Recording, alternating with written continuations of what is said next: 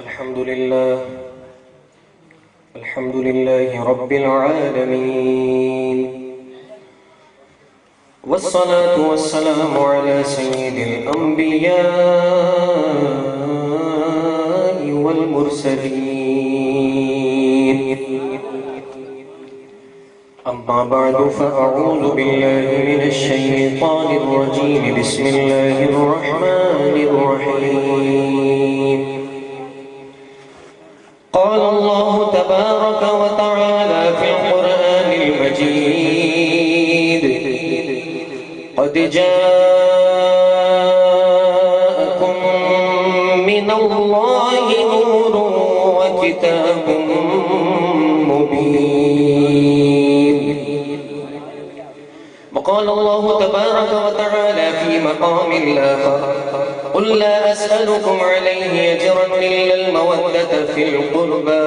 صدق الله مولانا العظيم، وبلغنا رسوله النبي الأمين، ونحن على ذلك لمن الشاهدين والشاكرين، والحمد لله رب العالمين. بعد حمد و صلاة کے میرے انتہائی واجب الاحترام، واجب القدر قبلہ سیدی و مرشدی پیر طریقت رہبر شریعت محبوب المشائخ حضرت خواجہ پیر محمد اکرم شیخ ستاری مظفری ارغونی المداری دامت برکاتہم النورانی و ادام اللہ فیوزہم، آپ ہی کے پہلو میں مسند پر جلوہ افروز، آپ ہی کے فرزند ارجمند سجادہ نشین خانقاہ عالیہ مداریہ شیخ بدیع الدین اکرمی مظفری المداری دامت برکاتہم العالیہ، میرے ہم منصب حضرت قبلہ علامہ قاری اشرف اکرمی المداری دامت برکاتہم العالیہ، اور اسٹیج پر موجود ہمارے تمام مہمان حضرات، آج کی اس مدار العالمین کانفرنس میں آنے والے تمام حاضرین و سامعین، السلام علیکم ورحمۃ اللہ تعالی وبرکاتہ۔ آپ کے سلام کے جواب نے مجھے پریشان تو کر دیا ہے کہ ظاہر ہے رات کے اس پہر میں بھی آپ حضرات مدار پاک کی اس سالانہ عرس کی محفل میں موجود ہیں، بیٹھے ہیں، یہ بھی زندہ شاہ مدار کے زندہ ہونے کی دلیل ہے، ورنہ عموماً آپ شہر بھر کی محفلوں کو اٹھا کر دیکھ لیجئے، اور یہ ماشاءاللہ ساؤنڈ والے ہیں، نہ جانے کتنی محفلوں میں اپنے ساؤنڈ لے کر جاتے ہوں گے۔ ایمان سے بتائیے، رات کے اس پہر میں جتنی خلق خدا بھی یہاں پر موجود ہے، کبھی کسی اور محفل میں دیکھا ہے؟ یہ زندہ شاہ مدار رضی اللہ تعالیٰ عنہ کے عرس کی برکت ہے کہ آج بھی اس وقت بھی رات کے اس پہر میں بھی ہم ذکر مدار العالمین سننے کے لیے جمع ہیں۔ پروردگار عالم کی بارگاہ میں دعا ہے کہ پروردگار عالم میرے لبوں سے حق کو جاری فرمائے اور اس حق پر ہمیں عمل کرنے کی توفیق عطا فرمائے۔ میں بلا تمہید اپنے اصل موضوع کی طرف آ رہا ہوں، کیونکہ وقت ویسے بھی ہمارا کافی ضائع ہو چکا ہے، اس تفصیل میں نہیں جاتا کہ کس طرح ضائع ہوا ہے، بہرحال جو سمجھدار ہے وہ سمجھ گئے ہیں۔ بس مقصد یہ ہے کہ جو آج ہم نے یہ ذکر مدار العالمین کی یہ محفل سجائی ہے، یہ ہمارا یہ محفل سجانا اور اس خانقاہ عالیہ سے مدار پاک کی تعلیمات کا جو ہمارا پیغام جاتا ہے، بس اگر وہ پہنچ گیا تو بس یہ ہمارا عرس بارگاہ مدار العالمین میں مقبول ہو جائے گا۔ تمام حضرات حضور کی بارگاہ میں محبت سے ندائی انداز میں درود و سلام پڑھ لیجیے۔ اللہم صلی علی سیدنا و مولانا محمد مبارک وسلم۔ بآواز بلند پڑھیے: الصلاۃ والسلام علیک یا رسول اللہ۔ یاد رکھیے، ہم اس عظیم بارگاہ میں درود پڑھ رہے ہیں کہ اس بارگاہ میں اللہ اور اس کی فرشتے بھی درود بھیجتے ہیں۔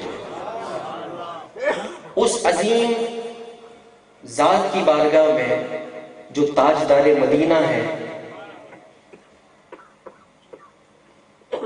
مشک عرق و عنبر سے بہتر جن کا پسینہ ہے، جن کے دربار میں جبریل بھی آتے باقرینہ ہیں، جن کی اہل بیت نجات کا ذریعہ ہے، اس عظیم بارگاہ میں ہم درود پڑھ رہے ہیں تو محبت سے پھر درود بھی ایسے بھیجیے کہ مدینے والے آقا ہم پر کرم فرمائیں۔ آواز بلند پڑھیے الصلوۃ والسلام علیک یا رسول اللہ۔ پیچھے والے حضرات بھی بولیے الصلوۃ والسلام علیک یا حبیب اللہ، الصلوۃ والسلام علیک یا شفیع المذنبین وعلی آلک واصحابک یا رحمۃ للعالمین۔ صدیق عکس حسن جمال محمد، فاروق ذل جاہ و جلال محمد۔ یہ جو میں ربائی پیش کر رہا ہوں یہ کسی عام بندے کی لکھی ہوئی نہیں ہے، عاشق رسول عبد الرحمن جامی کی لکھی ہوئی ہے۔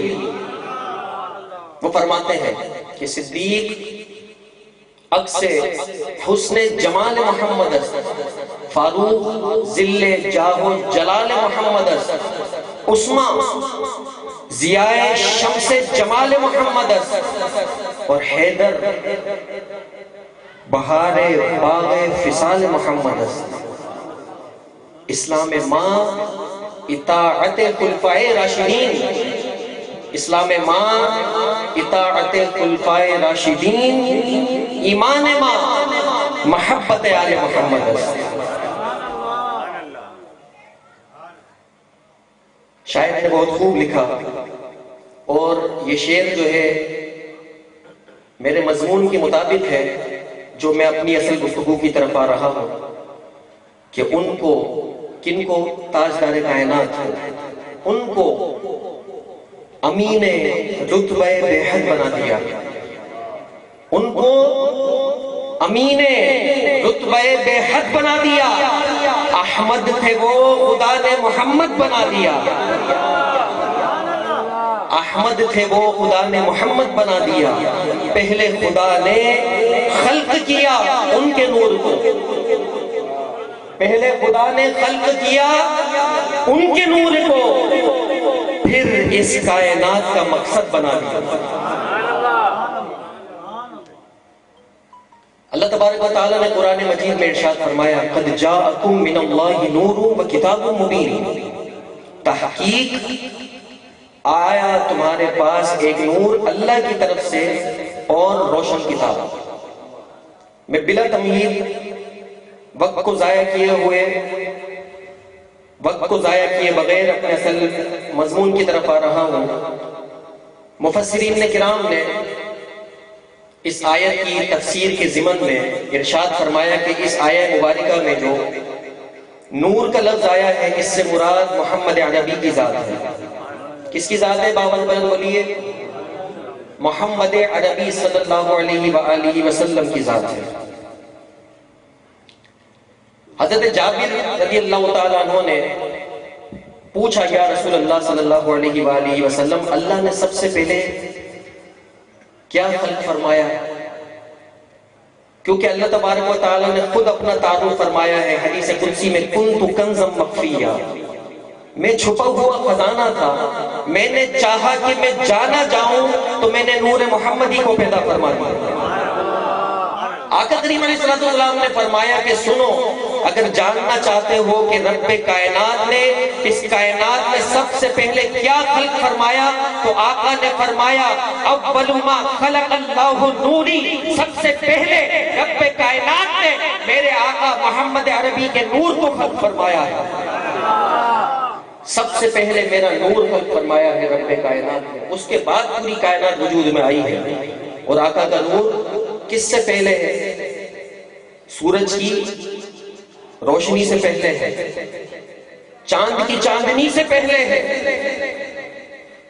ستاروں کی چمک دمک سے پہلے ہے، پھولوں کی مسکراہٹ سے بھی پہلے ہے۔ پوری کائنات میں جس کو جو کچھ عطا ہوا وہ صدقہ مدینے والے کا ہے۔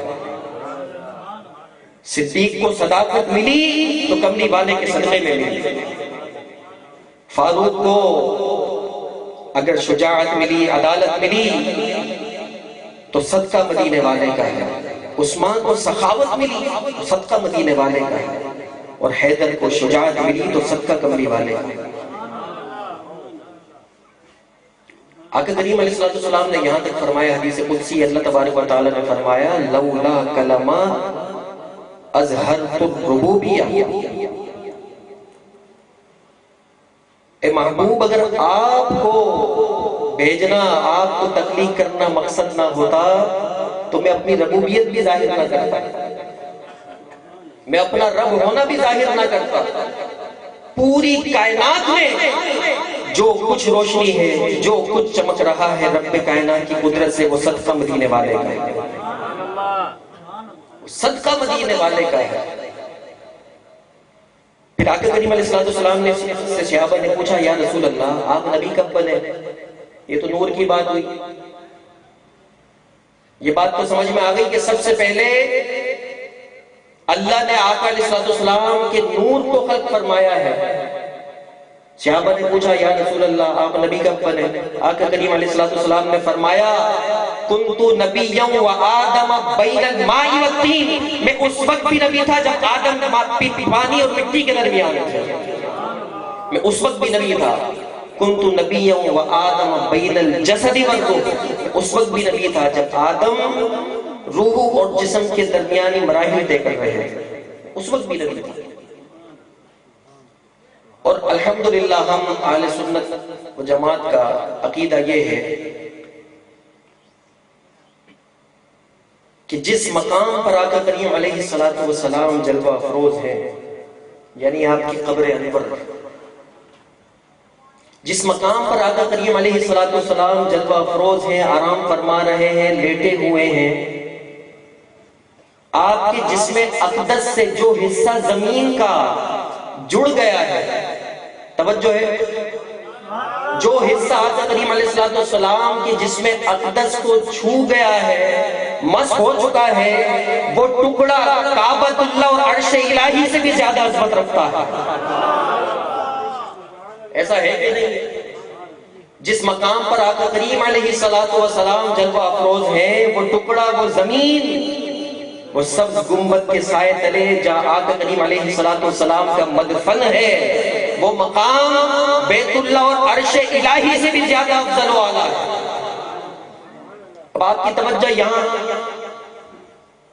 دلانا چاہتا ہوں کہ ذرا غور کیجئے کہ نبی کریم علیہ السلام سے جڑنے والی خاک کو اللہ نے یہ مقام عطا فرما دیا کہ وہ عرش الہی سے بھی افضل و اعلیٰ ہے، تو پھر اندازہ لگائیے کہ آقا کریم علیہ السلام کے جسم اقدس سے مس ہونے والی وہ زمین کا وہ اعلیٰ مقام ہے، تو پھر ان اہل بیت اطہار کا مقام کیا ہوگا جن کی رگوں میں محمد عربی کا خون توڑ رہا ہے۔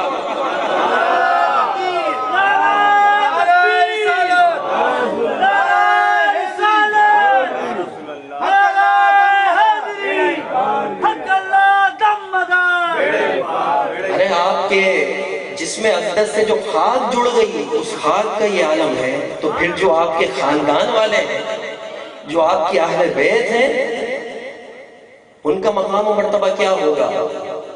اور ابن عربی علیہ الرحمۃ والرضوان نے فرمایا ہے کتاب میں فوائد مکیہ میں غالباً کہ جو حکم تعظیم کا، بالخصوص تعظیم کا جو حکم کل کا ہوتا ہے وہی جز کا ہوتا ہے۔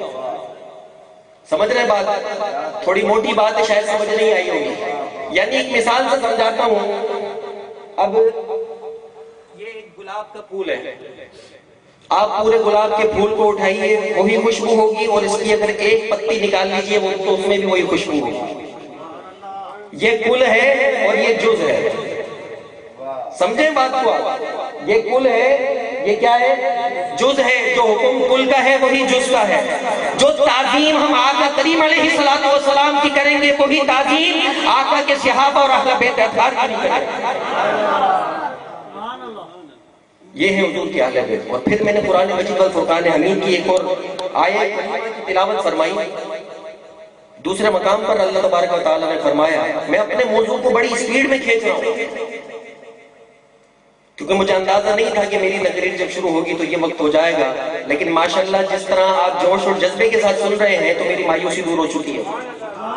یہ آپ کی اللہ آپ کو سلامت رکھے, اللہ آپ کے حوصلوں کو سلامت رکھے. اور آج جو اس مدار العالمین کانفرنس میں بیٹھا ہے پروردگار عالم اس کو اسی سال حرمین طیبین کی بعد اب حاضری عطا فرمائے, مکہ پور شریف کی حاضری عطا فرمائے. اللہ شاد و آباد رکھے, آپ کی سماعتوں کو شاد و آباد رکھے جس خلوص سے آپ نے سنا. اللہ تبارک و تعالیٰ نے فرمایا قُلْ لَا أَسْأَلُكُمْ عَلَيْهِ أَجْرًا إِلَّا الْمَوَدَّةَ فِي الْقُرْبَى. ایک مرتبہ صحابہ کرام رضوان اللہ تعالیٰ علیہم اجمعین نے آپس میں مشورہ کیا. اب توجہ چاہتا ہوں, بڑا لطیف نقطہ ہے اور اس آیت کریمہ کی تفسیر ہے. صحابہ کرام نے آپس میں مشورہ کیا کہ نبی کریم علیہ السلام اعلان نبوت کے بعد دین کی تبلیغ کرنے میں مصروف ہیں, تجارت چھوٹ گئی تھی, دین کے کام کا بہت بڑا بوجھ تھا, تو آپ صبح شام اللہ رب العزت کی دین کو محفوظ بھی کر رہے تھے اور اس کو آگے بھی پھیلا رہے تھے. صحابہ کرام نے سوچا کہ آقا کریم علیہ السلام کو بھی تو پیسوں کی ضرورت ہوتی ہوگی, ضروریات پوری کرنے کی ضرورت محسوس ہوتی ہوگی, کیوں نہ ہم آپس میں چندہ جمع کرتے ہیں, نظر جمع کرتے ہیں اور آقا کی بارگاہ میں پیش کرتے ہیں. اور بھیجا کس کو؟ آقا کے چچا عبداللہ ابن عباس.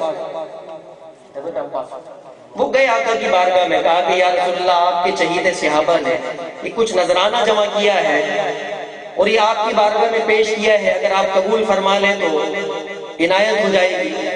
آقا کریم علیہ السلام نے جب یہ نذرانہ دیکھا کہ میرے صحابہ نے میری بارگاہ میں نذرانہ پیش کیا ہے, جبریل نازل ہوئے. سبحان اللہ. کون آئے؟ فرشتوں کے سردار حضرت جبریل تشریف لائے. جبریل نے فرمایا کہ یا رسول اللہ, اللہ نے فرمایا ہے قُلْ لَا أَسْأَلُكُمْ عَلَيْهِ أَجْرًا إِلَّا الْمَوَدَّةَ فِي الْقُرْبَى. اے محبوب آپ ان سے کہہ دیجئے میں اجر رسالت نہیں مانگتا, پیسہ نہیں مانگتا, روپیہ نہیں مانگتا. یہ جو میں نے تمہیں توحید دی, رسالت دی, قرآن دیا, نماز دی, روزہ دیا, حج دیا, زکات دیا, اگر ان سب کا کچھ بدلہ دینا چاہتے ہو تو میرے علی سے مانگو.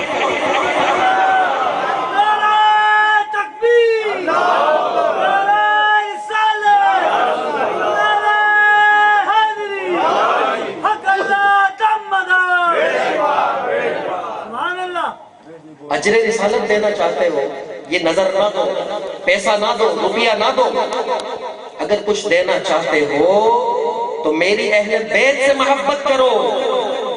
پوچھا صحابہ نے یا رسول اللہ آپ کی اہل بیت کون ہے؟ آقا نے فرمایا علی, فاطمہ, حسن, حسین, جن کے لیے اللہ نے قرآن مجید والفرقان حمید میں آیت تطہیر نازل فرمائی. میں اپنے موضوع کے جو پوائنٹس تھے, جو میں نے اس تقریر کو, جو میں نے خطاب کو تیار کیا تھا, وہ میں نے اس ایک پرچے میں صرف ایک پوائنٹس لکھے تھے کہ جس پوائنٹس پر مجھے بات کرنی ہے. لیکن وقت ہمارے دامن سے نکل چکا ہے, اس لیے میں اپنے مضمون کو بہت زیادہ طویل نہیں کروں گا. اور اگر آپ کسی حوصلے سے سنتے رہے تو انشاءاللہ العزیز جو مقصد ہے آج کی اس محفل کا, اس کورس کا, تو وہ انشاءاللہ پورا ہوگا. تمام حضرات محبت کے ساتھ باوجود بلند کہیے سبحان اللہ. اور میں عرض کرنا چاہتا تھا, آقا کریم علیہ السلام نے فرمایا کہ اگر اجر رسالت دینا چاہتے ہو تو میرے قرابت داروں سے محبت کرو. اب اس کا کوئی فائدہ بھی ہے کہ نہیں ہے؟ ان سے محبت کا کوئی صلہ ہے, کوئی فائدہ ہے؟ کیا ملے گا اہل بیت اطہار سے محبت کرنے سے؟ کچھ ملے گا بھی کہ نہیں؟ بہت کچھ ملے گا. پوچھتے ہیں ایک عظیم بارگاہ میں جا کر کہ اہل بیت اطہار کا ادب اور احترام کرنے سے کیا ملتا ہے, تو کہیں دور مت جائیے, آ جائیے سید الطائفہ جنید بغدادی کی بارگاہ. جنید بغدادی, اب آپ حضرات کو ایک بڑی معلوماتی بات بتا رہا ہوں کہ حضرت جنید بغدادی کتنا بڑا نام ہے, غوث پاک رضی اللہ تعالیٰ عنہ کے مشائخ میں سے ہیں. اللہ نے بہت بڑا ولایت میں عرفہ والا مقام عطا فرمایا, لیکن جب تک ان کے سر پر تاج ولایت نہیں سجا تھا اس سے پہلے وہ کیا کرتے تھے؟ وہ ایک پہلوان تھے، پہلوان تھے، کشتی لڑا کرتے تھے، اور اپنے وقت کے ایسے پہلوان تھے کہ ان کے سامنے ان کی زندگی میں کبھی کسی نے ان کو نہیں ہرایا، کبھی نہیں ہرایا۔ ایک لاغر سا، کمزور سا ایک شخص کھڑا ہوا، اس نے چیلنج کیا کہ میں جنید بغدادی کو ہرا سکتا ہوں۔ لوگوں نے کہا کہ تیری عقل کام نہیں کرتی کیا؟ جنید بغدادی سے مقابلہ کرنے چلا ہے؟ ارے وہ بہت بڑے پہلوان ہیں، تو لاغر سا، کمزور سا، کہاں ٹکے گا ان کے سامنے؟ کہا کہ جیت جاؤں گا۔ آئے مقابلے میں، کھڑے ہوئے، جنید بغدادی رضی اللہ تعالیٰ عنہ کی بارگاہ میں جب وہ شخص آیا، درود پاک پڑھی، اللہم صلی علی مولانا محمد وعلی آلہ سیدنا و مولانا محمد مبارک وسلم۔ کہاں تھے ہم؟ بولیے، بغداد میں تھے۔ اللہ ہمیں بغداد کی حاضری نصیب فرمائے۔ یہی جاننا چاہتا تھا کہ میرے ساتھ ہیں یا کہیں دور بیٹھے ہیں۔ وہ آیا وقت کہ جب دونوں کی کشتی ہوئی اور مقابلے میں آمنے سامنے کھڑے ہوئے، تو مقابلہ شروع ہونے سے پہلے اس شخص نے حضرت جنید بغدادی کے کان میں ایک جملہ کہا۔ وہ جملہ بڑا توجہ طلب ہے۔ اس نے کہا کہ جنید، میں محمد عربی صلی اللہ علیہ وآلہ وسلم کا لخت جگر ہوں، میں ان کی اولاد ہوں، میں سادات ہوں۔ اگر آج تم مجھ سے ہار گئے نا، اگر آج تم نے مجھے جیت کا موقع دے دیا، تو خدا کی قسم، اپنے رب کی عزت کی قسم، اپنے نانا جان کی قسم، کل قیامت کے دن جیت کا تاج آپ کے سر پر پہناؤں گا، جیت کا تاج آپ کے سر پر پہناؤں گا۔ اس نے کہا کہ تو آل رسول ہے؟ ارے میری کیا مجال کہ میں تجھ سے مقابلہ کروں۔ کہا کہ تو مقابلہ کر، میں ہار جاؤں گا۔ تو ہار گئے، ہار گئے۔ رات کو سوتے ہیں تو آقا کریم علیہ السلام خواب میں تشریف لاتے ہیں، آقا خواب میں تشریف لاتے ہیں۔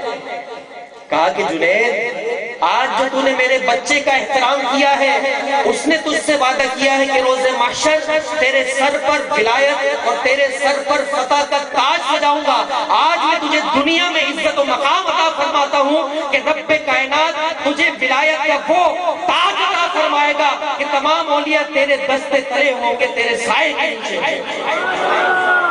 جنید بغدادی کو ولایت ملی اہل بیت اطہار کی محبت کی وجہ سے، لیکن بادشاہ بڑا چالاک تھا۔ بادشاہ نے بلا لیا جنید بغدادی کو۔ جنید بغدادی سے کہا کہ میں جانتا ہوں تو جان بوجھ کر ہارا ہے، اس لاغر سے، اس کمزور سے جان بوجھ کے ہارا ہے، بتا کیوں ہارا ہے؟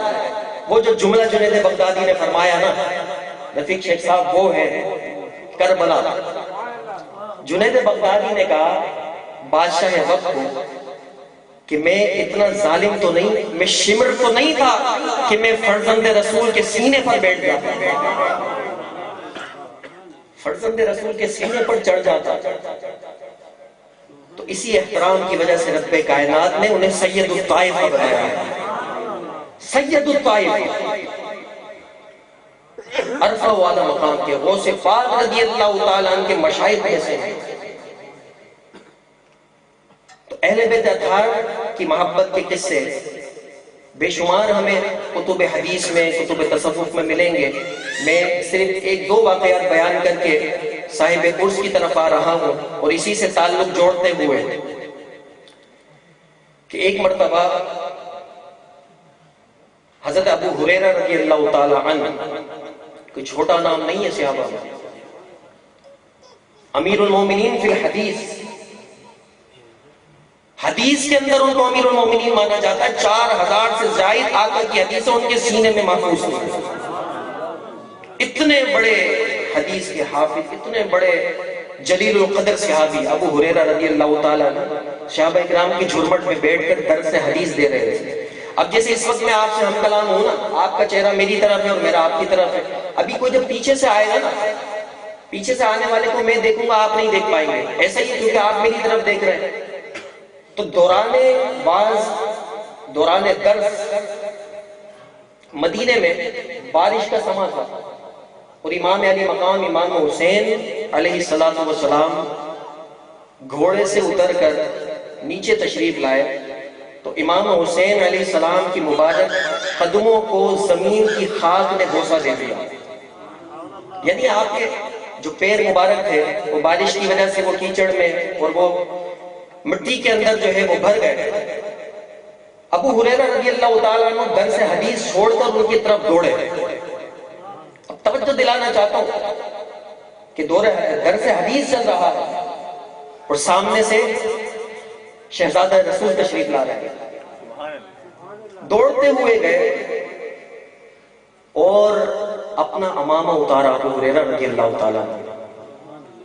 اب اپنا امامہ شریف کا جو یہ شملہ ہے نا اس سے امام علی مقام امام حسین علیہ السلام کے پیر مبارک کو صاف کرنے لگے. امام علی مقام نے فرمایا کہ ابو ہریرہ آپ عمر میں مجھ سے بڑے ہیں، واجب الاحترام ہیں، آقا کے صحابی ہیں، حدیث کے حافظ ہیں، آپ کے بال سفید ہیں، میرے بال سیاہ ہیں. ابو ہریرہ نے فرمایا کہ بیٹا حسین میرے بال سفید ہیں، میرا خون سفید نہیں ہے. کہا کہ یہ جو عزت بیٹا حسین میں نے پائی ہے نا آپ کے نانا جان کے صدقے میں پائی ہے، آپ کی محبت کے صدقے میں پائی ہے. مجھے صاف کرنے دیجئے، میرے سر پر جتنے بال ہوئے ہیں نا عزت کے، خدا کی قسم یہ صدقہ ہے آپ کے گھرانے کا، یہ صدقہ ہے سیدہ فاطمہ الزہرا کا. یہ ہیں صحابہ، چھوٹا نام نہیں ہے صحابہ میں. وہ اہل بیت اطہار کی تعظیم کیوں نہ جانتے؟ کیونکہ قرآن کو جاننے والے، حدیث کو جاننے والے. ان سے بڑھ کر قرآن و حدیث کو کس نے جانا ہے؟ کہ اللہ فرما رہا ہے کہ اجر رسالت دینا چاہتے ہو تو میری اہل بیت سے محبت کرو. یہ ہے محبت، یہ ہے احترام. اور پھر فاروق اعظم رضی اللہ تعالیٰ عنہ کا ایک واقعہ. آپ کے دور حکومت میں کچھ حکمران اور کچھ خاص لوگ آپ سے ملاقات کے لیے مسجد میں تشریف لائے. نماز ظہر سے پہلے کا وقت تھا تو ملاقات میں مصروف تھے کہ فاروق اعظم کے اپنے صاحبزادے عبداللہ ابن عمر تشریف لائے اور ملاقات کرنے کے لیے ابا حضور کی بارگاہ میں. فاروق اعظم کے بیٹے، توجہ چاہتا ہوں، بابا سے بلند کہیے سبحان اللہ. فاروق اعظم کے بیٹے فاروق اعظم سے ملاقات کرنے کے لیے مسجد میں گئے. فاروق اعظم نے منع کر دیا، کہا کہ ابھی میں خاص ملاقات میں مصروف ہوں، بعد میں آنا، اور خبردار کسی کو آنے مت دینا، ابھی میں مصروف ہوں. اور کہا کہ مسجد کے دروازے کے باہر کھڑے ہو جاؤ، مسجد کے دروازے کے باہر کھڑے ہو جاؤ، کسی کو مت آنے دینا. تھوڑی سی دیر ہوئی تو امام حسن مجتبیٰ تشریف لائے. جب امام حسن مجتبیٰ تشریف لائے تو عبداللہ ابن عمر نے کہا کہ فاروق اعظم رضی اللہ تعالیٰ عنہ نے، میرے ابا جان نے کہا ہے کہ ابھی میں مصروف ہوں، کس سے ملاقات نہیں کر سکتا، تو آپ بعد میں آ جانا. تو انہوں نے کہا کہ کوئی بات نہیں، ہم نماز ظہر میں آ جائیں گے، تھوڑی دیر کے بعد تو ظہر ہونے والی ہے. جب وہ ملاقات سے فارغ ہوئے تو فاروق اعظم نے کہا کوئی آیا تھا؟ تو صاحبزادے نے کہا کہ ہاں ابا جان امام حسن مجتبیٰ تشریف لائے تھے. پریشان ہو گئے، کہا کہ تم نے انہیں روک دیا؟ کہا کہ جی ابا حضور انہوں نے فرمایا کہ میں تھوڑی دیر کے بعد نماز ظہر میں آ جاؤں گا. بیٹے کا ہاتھ پکڑا، امام حسن مجتبیٰ کے گھر پر گئے. کہا کہ بیٹا حسن آپ ابھی مجھ سے ملاقات کرنے کے لیے آئے تھے مسجد میں؟ کہا کہ ہاں آیا تھا. تو کہا کہ اندر کیوں نہیں آئے؟ کہا کہ آپ مصروف تھے اور آپ نے لوگوں کو اندر جانے سے روک رکھا تھا، اور آپ کے اپنے بیٹے جب اندر نہیں جا سکے تو پھر میں کون ہوتا ہوں آپ کی بارگاہ میں آنے والا؟ خدا کی قسم فاروق اعظم نے جو جملہ ارشاد فرمایا نا کہ بیٹا حسین کس سے مقابلہ کرنے چلے ہو؟ میرے بیٹے سے مقابلہ کرنے چلے ہو؟ ایک بات بتاؤ کہ میرے بیٹے کے نانا محمد عربی ہیں؟ میرے بیٹے کے نانا محمد عربی ہیں؟ کیا ان کے بابا علی المرتضیٰ ہیں؟ کیا ان کی ماں خاتون جنت فاطمہ الزہرا ہیں؟ کیا ان کی نانی خدیجہ الکبریٰ ہیں؟ کس سے مقابلہ کرنے چلے ہو؟ ارے بیٹا حسن آپ کو اجازت کی ضرورت نہیں ہے. ارے آپ کا گھر تو وہ گھر ہے کہ آپ کے گھر میں تو جبریل بغیر اجازت نہیں آتے. مولانا حسن رضا خان بریلوی نے فرمایا بے اجازت جن کے گھر جبریل آتے ہی نہیں. سبحان اللہ. اگر مزہ نہیں آ رہا تو پھر نہ بولو، مزہ آ رہا ہے تو باب سے بلند کرو. سبحان اللہ.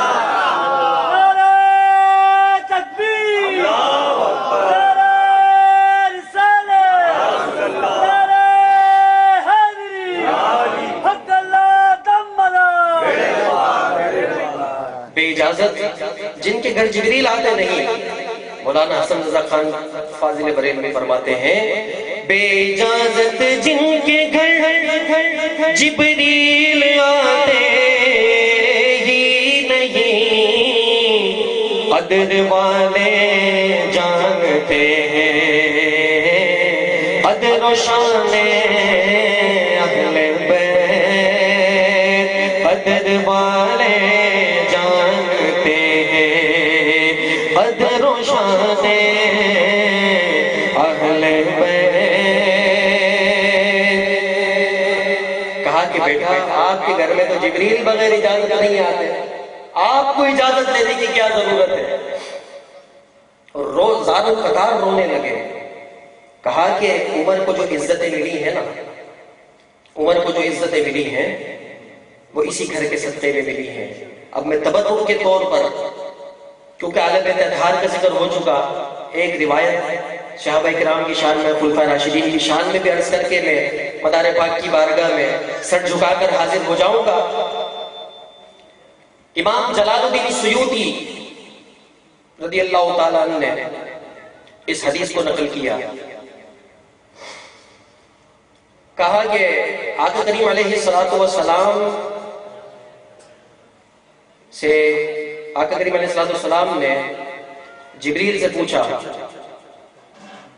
کہ جبریل بتاؤ میرے عمر کے فضائل کتنے ہیں، میرے عمر کے فضائل کتنے ہیں؟ جبریل نے فرمایا یا رسول اللہ اگر کوئی فرشتہ، عام بندہ نہیں، فرشتہ، اگر کوئی فرشتہ حضرت نوح جتنی عمر بھی لے کر آ جائے اور صدیق فاروق اعظم رضی اللہ تعالیٰ عنہ کی شان بیان کرنے لگے تو عمر نوح کم پڑ جائے گی، فاروق اعظم کے فضائل ختم نہیں ہوں گے. فاروق اعظم کے فضائل ختم نہیں ہوں گے. ام المومنین اما عائشہ صدیقہ رضی اللہ تعالیٰ عنہ نے فرمایا. اور حضرت نوح کی عمر کتنی ہے؟ 950 برس. یعنی کوئی فرشتہ 950 برس تک فاروق اعظم کی اگر شان بیان کرنا چاہے تو 950 برس کم پڑ جائیں گے. یہ فاروق اعظم کی شان. اما عائشہ صدیقہ رضی اللہ تعالیٰ عنہ نے پوچھا یا رسول اللہ آسمان کے ستاروں کے برابر بھی کسی کی نیکیاں ہیں؟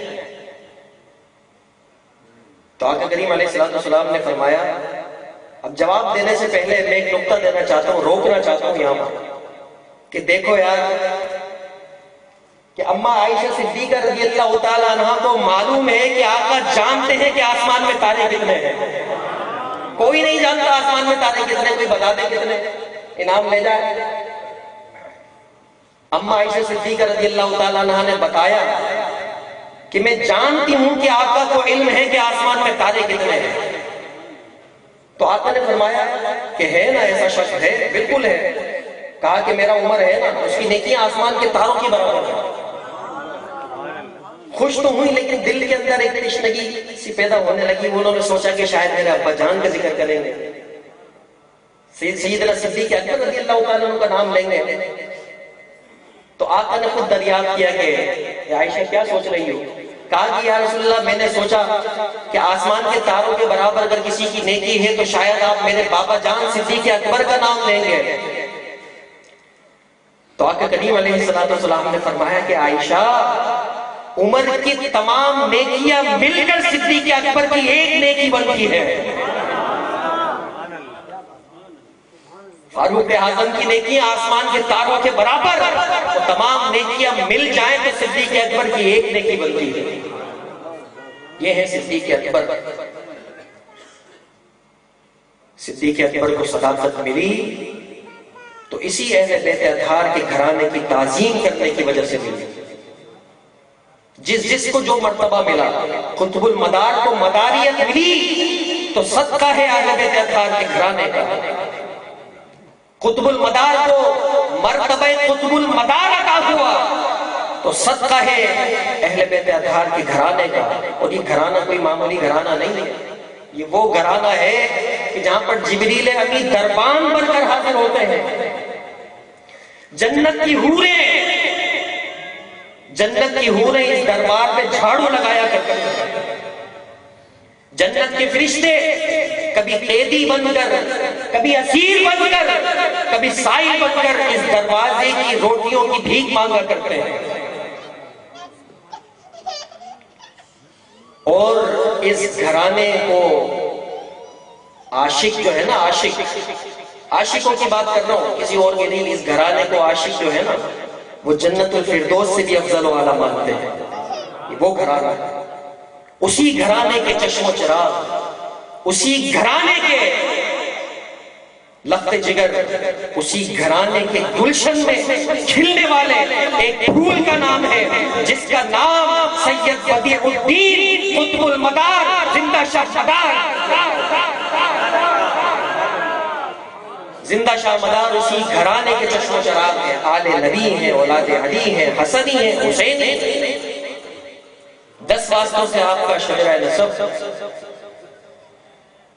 والد ماجد کی جانب سے امام حسین سے، اور 10 واسطوں سے امام حسن سے والدہ کی جانب سے، اور 7 واسطوں سے والد کی جانب سے امام حسین علیہ السلام سے ملتا ہے. کتنے واسطے؟ 7 اور 10 واسطے. اور اگر آپ کی نسبتوں کی بات کروں تو مدار پاک کی ایک نسبت جو ہے وہ صدیقیہ بھی ہے، کہ جس میں مدار پاک رضی اللہ تعالیٰ عنہ کو فیض آ رہا ہے صدیق اکبر رضی اللہ تعالیٰ عنہ کی ذات مقدسہ. 4 واسطوں سے مدار پاک کا شجرہ صدیق اکبر رضی اللہ تعالیٰ عنہ کی بارگاہ تک پہنچتا ہے.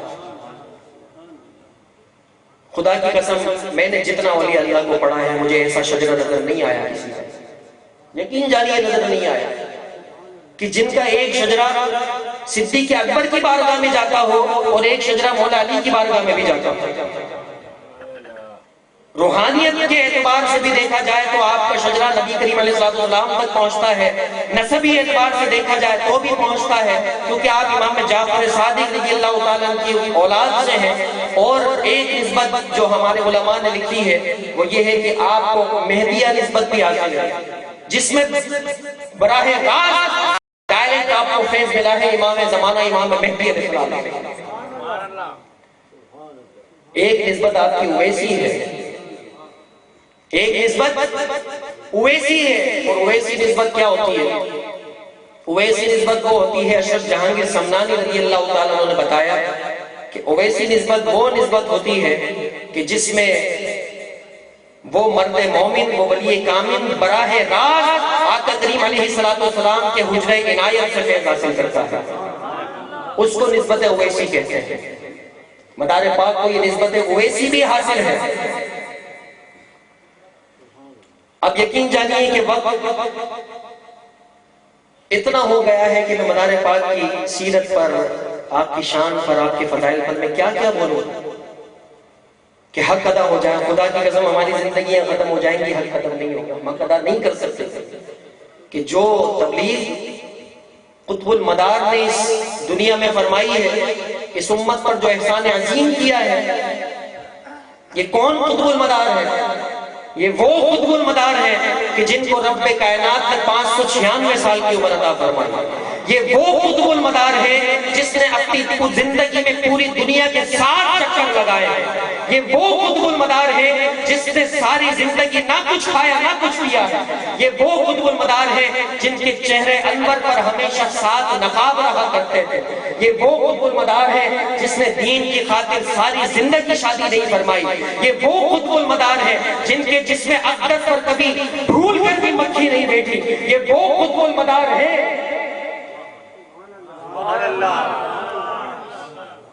ساتھ ہے نا میرے؟ باوت بلند کہیے. یہ وہ قطب المدار ہے جن کے پوری دنیا میں 1400 کم و بیش ہندوستان میں بالخصوص 1442 جلدیں ملتے ہیں. یہ وہ قطب المدار ہیں جن کے پوری دنیا میں کم و بیش 1,16,263 مرید اور خلیفہ ہیں۔ یہ وہ قطب المدار ہیں جن کی تبلیغ نے پورے عالم میں 9.5 کروڑ کفار اور مشرکین کو دائرہ اسلام میں داخل فرمایا ہے۔ کون قطب المدار ہے؟ کسی نے جانا ہے قطب المدار کو، پڑھا ہے، پہچانا ہے کسی نے قطب المدار کو؟ کہ جس کو اللہ نے اپنی غیرت کی چادر میں چھپا رکھا ہو، جس کو دنیا سے زمانے سے مستور الحال رکھا ہو۔ آقا نے فرمایا تھا نا کہ تمہارے درمیان ایک شخص ایسا آئے گا جس کو اللہ تم زمانے والوں سے چھپا کر رکھے ہوئے۔ یہی وجہ ہے نا لوگ کہتے ہیں کہ آپ کا تذکرہ نہیں ملتا ہے، اہل اللہ سے پوچھو، اشرف جہانگیر سمنانی سے پوچھو، حضرت مجدد الفسانی سے پوچھو، عبدالحق محدث دہلوی سے پوچھو، وہ بتائیں گے کہ مقام قطب المدار کیا ہے۔ مقام قطب المدار ہر ایک بتانے کے قابل نہیں ہے۔ مقام قطب المدار یہ وہ درجہ ہے جس کا ذکر رب نے قرآن مجید میں بھی فرمایا ہے۔ قرآن مجید میں فرمایا ہے، وقت کو میں مد نظر رکھتے ہوئے چل رہا ہوں اور سمیٹنے کی طرف جا رہا ہوں اپنی گفتگو کو۔ مقام قطب المدار تفسیر عزیزی کو پڑھیے، سورۃ المزمل پڑھیے کبھی، عموماً سفر کے مہینے میں زیادہ پڑھی جاتی ہے، جانتے ہیں نا یہ بات۔ 29ویں پارے میں سورۃ المزمل، اس کی ایک آیت ہے، یوم ترجف الارض والجبال فکانت الجبال کثیبا مہیلا۔ اس تفسیر کے ضمن میں عبدالعزیز محدث دہلوی اپنی تفسیر کی کتاب تفسیر عزیزی میں لکھتے ہیں کہ جب قیامت کا وقت قریب ہوگا، جس دن یوم ترجف الارض والجبال، پہاڑ اور زمین تھر تھرائیں گے، کانپیں گے، اور جب پروردگار لم یزل قیامت قائم کرنا چاہ رہا ہوگا، اس وقت بھی قطب المدار اپنے زیر دست اولیاء کے ساتھ دنیا میں تشریف فرما ہوگا۔ کوئی زمانہ قطب المدار کے وجود سے خالی نہیں ہے۔ اگر قطب المدار کا وجود اس جہان سے ہٹا لیا جائے تو تمام عالم زیر و زبر ہو جائے۔ یہ میں نہیں کہہ رہا، بحر المعانی کو پڑھیے، میرات الاسرار کو پڑھیے، تصوف کی کتابوں کو پڑھیے، سب نے یہی لکھا کہ اگر اس زمین پر قطب المدار کا سایہ نہ ہو تو یہ زمین قائم ہی نہیں رہ سکتی۔ تفسیر عزیزی میں عبدالعزیز محدث دہلوی نے انتہا کر دی، وہ فرماتے ہیں کہ جب رب کائنات چاہے گا کہ قیامت قائم ہو جائے تو پروردگار عالم فرمائے گا، اے قطب المدار اپنے زیر دست اولیاء کے ساتھ خود ہو جا، پرواز کر جا۔ جب قطب المدار کی قدم اس زمین سے ہٹیں گے پروردگار عالم قیامت قائم فرما دے گا۔ قیامت کا دار و مدار بھی قطب المدار کی وجود کی برکت سے ہے۔ کوئی زمانہ قطب المدار کی وجود سے خالی نہیں ہے۔ یہ وہ قطب المدار ہے کہ جن کا فیض ہندوستان کی ہر خانقاہ میں موجود ہے، ہر خانقاہ میں موجود ہے۔ ہندوستان کی کوئی بھی خانقاہ اٹھا کر پڑھ لو، میں ذمہ دار ہوں، آن ایئر بات کر رہا ہوں۔ ہندوستان پاکستان کی خانقاہیں اٹھا کر پڑھ دیکھو، ان کے شجروں کو پڑھو، اگر اس شجرے میں مدار پاک کا شجرہ نہ ملے مجھ سے انعام لے جانا۔ ہر خانقاہ میں مدار پاک کا شجرہ ملے گا، ہر خانقاہ میں مدار پاک کا فیض ملے گا۔ یورپ و ایشیا کی کوئی خانقاہ ایسی نہیں ہے جس میں قطب المدار کا فیضان نہ جگمگاتا ہو۔ فاضل بریلوی کو اٹھا کر پڑھیے، اعلیٰ حضرت امام احمد رضا خان بریلوی خود اپنی کتاب میں لکھتے ہیں، خود اپنی کتاب میں اعلیٰ حضرت لکھتے ہیں کہ فقیر کو 13 دل پسند سلاسل میں خلافت و اجازت حاصل ہے، جس میں ایک سلسلہ بدیعہ مداریہ ہے، جس کے امام سید بدیع الدین زندہ شاہ مدار ہے۔ اعلیٰ حضرت کے برادر بھائی مولانا حسن رضا خان بریلوی کو پڑھیے، انہوں نے اپنے نعتیہ کلام کے مجموعے میں ذوق نعت میں مدار پاک کی بارگاہ میں منقبت لکھی ہے۔ مجدد الفسانی کو پڑھیے، اپنے مکتوبات میں لکھتے ہیں کہ قطب المدار ایک ایسا گوہر ہے کہ جس کو ایمان و معرفت حاصل ہوتی ہے تو قطب المدار کی برکت سے حاصل ہوتی ہے۔ بہت سے زمانوں کے بعد ایسا گوہر وجود میں آتا ہے. کون فرما رہے ہیں؟ مجدد طریقہ صاحب. اور پھر اللہ لے جائے ہمیں پاک پٹن. ارے اللہم آمین تو کہہ دو. نہیں جاننا چاہتے کہ پاک پٹن جنازے کا تذکرہ ہے. اور انہوں نے ایک واقعہ نقل کیا ہے، وہ یہ ہے، آپ کی توجہ چاہتا ہوں کہ ایک مرتبہ خواجہ معین الدین چشتی اجمیری رضی اللہ تعالیٰ عنہ کی موجودگی میں قطب الدین بختیار کاکی نے بابا فرید گنج شکر کی دستار باندھی. توجہ ہے، کیا باندھی؟ دستار باندھی خلافت. وہ فرماتے ہیں کہ اس مجلس میں خواجہ غریب نواز تو تھے، آپ ہی کے ساتھ سید بدیع الدین زندہ شاہ مدار بھی تھے. جب بابا فرید گنج شکر کو خلافت دستار پہنائی جا رہی ہے تو اس مجلس میں صرف خواجہ غریب نواز نہیں بلکہ قطب المدار بھی موجود. جب بابا صاحب کو دستار باندھی جا رہی ہے، مدار پاک موجود ہے. جب خلافت مل گئی، سب کی قدم بوسی کر لی، بابا فرید نے مدار پاک کے قدموں میں گرے. بابا فرید گنج شکر، اگر یقین نہ آئے نا تو پاک پڑھن جا کر کتاب خرید لینا اور پڑھ لینا اس کے اندر. الحمدللہ فقیر کے پاس PDF فائل موجود ہے. تو جب بابا فرید گنج شکر مدار پاک کے قدموں میں گرے نا تو جانتے ہیں مدار پاک نے کیا فرمایا کہ بابا فرید، آج جو یہ خلافت اور یہ جو نوازشات ملی ہے نا، اس قطب المدار کو ہمیشہ یاد رکھنا. قطب المدار کو ہمیشہ یاد رکھنا. ارے وہ بھی تو اللہ کے ولی ہیں، وہ کیسے نہ احترام کرتے ہیں، قدموں میں گر گئے. اور اس کا ثبوت آج پاک پٹن شریف کی دھرتی پر جا کر دیکھ لیجئے کہ بابا فرید نے وہ قول ایسا نبھایا ہے کہ جب عرس کی محفل پاک پٹن میں سجتی ہے، جب جنتی دروازے سے جب دیوانگان تشریف لے جاتے ہیں تو اس دروازے کے پاس مٹی کے پیالوں میں شربت بھرتے ہیں اور اس شربت پر فاتحہ دلائی جاتی ہے تو وہ فاتحہ زندہ شاہ مدار کے نام کی دلائی جاتی ہے.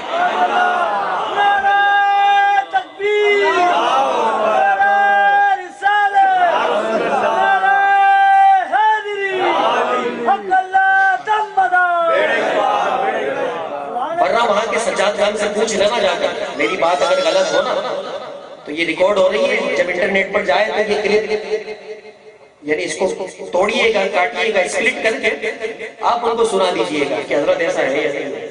کہہ دیجئے گا کہ فقیر نے خانقاہ مداریہ سے یہ بات کہی ہے، وہ آپ کو تصدیق کریں گے. اور جا کر نظارہ دیکھ لیجئے، وہ فرماتے ہیں کہ مٹی کے پیالوں میں شربت بھرا جاتا ہے اور اس شربت پر نیاز اور فاتحہ مدار پاک کی دلائی جاتی ہے. اس کے بعد عرس کا انعقاد ہوتا ہے. ارے بابا فرید کے عرس کا انعقاد مدار پاک کی فاتحہ دلانے کے بعد ہوتا ہے. تو کیا شان رکھتے ہیں قطب المدار، اور کہتے ہیں کہ ان کا سلسلہ بند ہو گیا.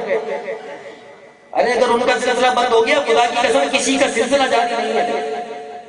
ادیب مکن پوری، علامہ ادیب مکن پوری استاد مشورہ فرماتے ہیں نا کہ سلسلہ مدار کو جس نے کہا غلط ادیب، سلسلہ مدار کو جس نے کہا غلط ادیب، سمجھ لو اس کا سلسلہ خود ایک کٹی پتنگ ہے. میرے پاس صرف 10 منٹ ہے، بس میرا وقت اختتام پر ہے. اور الحمدللہ جو میں چاہتا تھا، اور یہ آپ حضرات کے سبحان اللہ مجھے بتائیں گے کہ میں صحیح سمجھاؤں کہ نہیں، کہ جو اس عرس مبارک میں جو میں میسیج دینا چاہتا تھا اور جو مدار پاک کی تعلیمات آپ حضرات کے سامنے پیش کرنا چاہتا تھا، اگر وہ مقصد پورا ہوا ہے تو بآواز بلند کہہ دیجئے سبحان اللہ. بآواز بلند نعرہ لگ جائے تو مزہ آ جائے.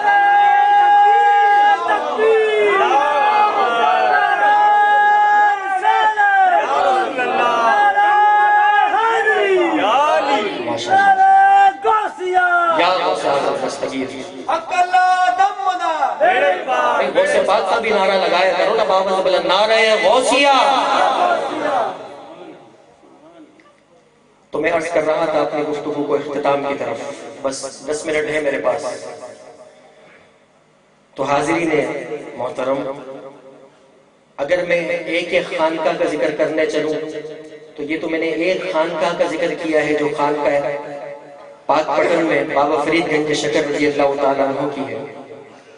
ایسے اگر میں کن کن کرامات پر، کن کن پہلو پر مدار پاک کی 596 سالہ طویل زندگی کی کس جہت پر بات کروں کہ جن کو رب نے اتنی طویل عمر عطا فرمائی ہو کہ 596 سال کی عمر اور 556 برس کا روزہ، 596 سال کی عمر اور 556 برس کا روزہ ہے.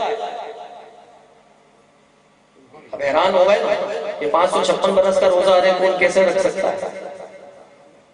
بس اتنا سمجھ لو کہ ہم جو روزہ رکھتے ہیں نا، اس کی سحری جو ہم کرتے ہیں نا، وہ ہمیں ہماری بیوی پکا کر دیتی ہے یا ہماری ماں پکا کر دیتی ہے، جس کی ہم سحری کرتے ہیں اور روزہ رکھتے ہیں، جس کی طاقت غروب آفتاب تک ختم ہو جاتی ہے، اس کے بعد ہماری برداشت نہیں ہوتی. ارے مدار پاک کو نہ آپ کی ماں نے سحری کرائی ہے، نہ آپ کی بہن نے سحری کرائی ہے، نہ آپ کے کسی عزیز نے سحری کرائی ہے، بلکہ قطب المدار کو روزہ رکھنے سے پہلے اگر کسی ذات نے سحری کرائی ہے تو وہ ذات محمد عربی کی ذات ہے. ارے جس کو پیارے آقا علیہ السلام نے اپنے دست مبارک سے 9 لقمے کھلا دیے ہو، اپنے ہاتھوں سے سحری کرا دی ہو، تو ایمان سے بتائیے اس کو کبھی روزہ افطار کرنے کی ضرورت ہو سکتی؟ ارے وہ بھی کبھی روزہ افطار کرے گا؟ ارے ساری زندگی میں تو میرا ایقان، میرا وجدان یہ کہتا ہے، ارے سحری کا تو موقع ہی نہیں ملا مدار پاک، اور افطاری کا تو موقع ہی نہیں ملا. آقا کریم علیہ السلام نے جو اپنے دست مبارک سے لقمے کھلائے ہوں گے، میں کہتا ہوں کہ 596 سال کی عمر بھی چھوٹی پڑ گئی ہوگی اس لذت کو چکھ چکے. مدار پاک 596 سال تک وہ لذت چکھتے رہے، اس کی تاثیر سے بھی ختم ہو سکتی ہے.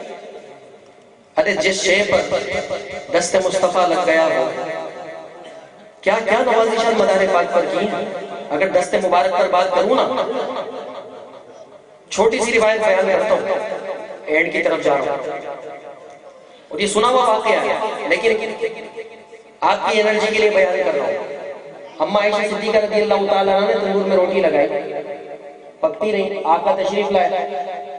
اماں جان نے کہا، عائشہ صدیقہ رضی اللہ تعالیٰ عنہ ہماری جان مال ان پر قربان ہو. انہوں نے کہا یا رسول اللہ آپ بھی ایک روٹی لگا دیجئے تاکہ سنت بھی ہو جائے. آقا نے بھی ایک روٹی لگا دی. ساری روٹیاں پک گئی، ایک روٹی نہیں پکی. کون سی؟ جو آقا نے اپنے دست مبارک سے لگائی گئی. عائشہ صدیقہ پریشان ہو گئی، یا رسول اللہ کیا معاملہ ہے؟ میں نے روٹیاں لگائی پک گئی، آپ نے پکائی اتنی دیر ہو گئی تندور میں پڑی ہے، بھائی بھی نہیں آ رہی، پکنے کا نام نہیں لے گئی. کہا کہ عائشہ تو نے دیکھا نہیں اس روٹی پر دست مصطفیٰ لگ گیا ہے؟ ارے اس روٹی پر تو میرے ہاتھ لگ گئے ہیں. ارے جس پر میرے ہاتھ لگ جائے نہ اس کو دنیا کی آگ جلا سکتی ہے نہ دوزخ کی آگ جلا سکتی ہے. وہی ہاتھ، وہی مقدس اور نورانی ہاتھ جب آقا کریم علیہ السلام نے مدار پاک کے چہرے پر لگائے ہوں گے، چشمان تصورات میں گم ہو کر ذرا سوچیے کہ وہ ہاتھ جب مدار پاک کے چہرے پر لگے ہوں گے، اللہ اللہ اللہ اکبر، کیا حسن و جمال اور انوار و تجلیات کا می برس رہا ہوگا. یہی وجہ ہے کہ کسی نے دین اسلام کی تبلیغ کی اپنے مقام پر بیٹھ کر، کسی نے تبلیغ کی واعظ و نصیحت کے ذریعے.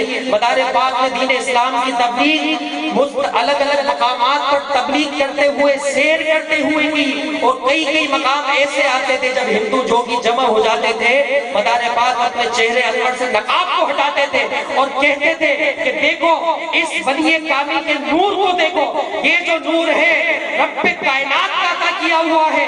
جب اس نور میں اللہ نے یہ طاقت رکھی ہے تو پھر میرے آقا کا نور کتنا رکھا ہوا ہے. جب اللہ کا یہ ولی اتنا حسین و جمیل ہے تو اس کو بنانے والا کتنا حسین و جمیل ہوگا. ارے قطب المدار کو یہ حسن و جمال عطا ہوا تو آقا کے حسن و جمال کے صدقے میں عطا ہوا. جب مدار پاک کا یہ حسن ہے، مدار پاک کا یہ جمال ہے، تو آقا کا جمال و حسن کا کیا عالم ہے، کیا عالم ہوگا. یہ وہ ذات ہے کہ جس کے لیے اللہ نے اتنا اہتمام کیا ہے. اختتام ہے کہ جب وہ اس دنیا سے تشریف لے کر جاتے ہیں نا تو وہ بھی ایسے نہیں جاتے. آپ کو غسل بھی فرشتے دیتے ہیں، مردان غیب نے آپ کو غسل دیا ہے. خلفائے کرام نے بتایا، مریدین نے بتایا کہ جب ہم نے دستک دی تو ہم نے کیا دیکھا کہ مدار پاک کا جنازہ غسل و کفن کے ساتھ تیار ہے. کسی نے آپ کو غسل نہیں دیا، مردان غیب نے آپ کو غسل دیا. 17 جمادی الاولی سن 838 ہجری میں مدار پاک نے اس دنیا سے پردہ فرمایا اور پوری کائنات میں ایک ایسی ہلچل مچائی، دین اسلام کا ایسا ڈنکا بجایا، دین اسلام کے پرچم کو ایسا لہرایا کہ کائنات کا پھر ہر ذرہ ذرہ لا الہ الا اللہ محمد رسول اللہ صلی اللہ علیہ وآلہ وسلم کی گواہی دینے لگا. عزیزان محترم، بس میں انہی الفاظ کے ساتھ اس شعر پر اپنی گفتگو کا اختتام کر رہا ہوں کہ لارے تو ہے مظہر انوار مصطفیٰ، لارے تو ہے مظہر انوار مصطفیٰ، تخلیق دو جہاں کا حسین شاہکار ہے. کیا تیرے مرتبے کو بیان کر سکے کوئی، کیا تیرے مرتبے کو بیان کر سکے کوئی، اقلیم و معرفت کا تو ہی تاجدار ہے، اقلیم معرفت کا تو ہی تاجدار ہے. وما علینا الا البلاغ المبین.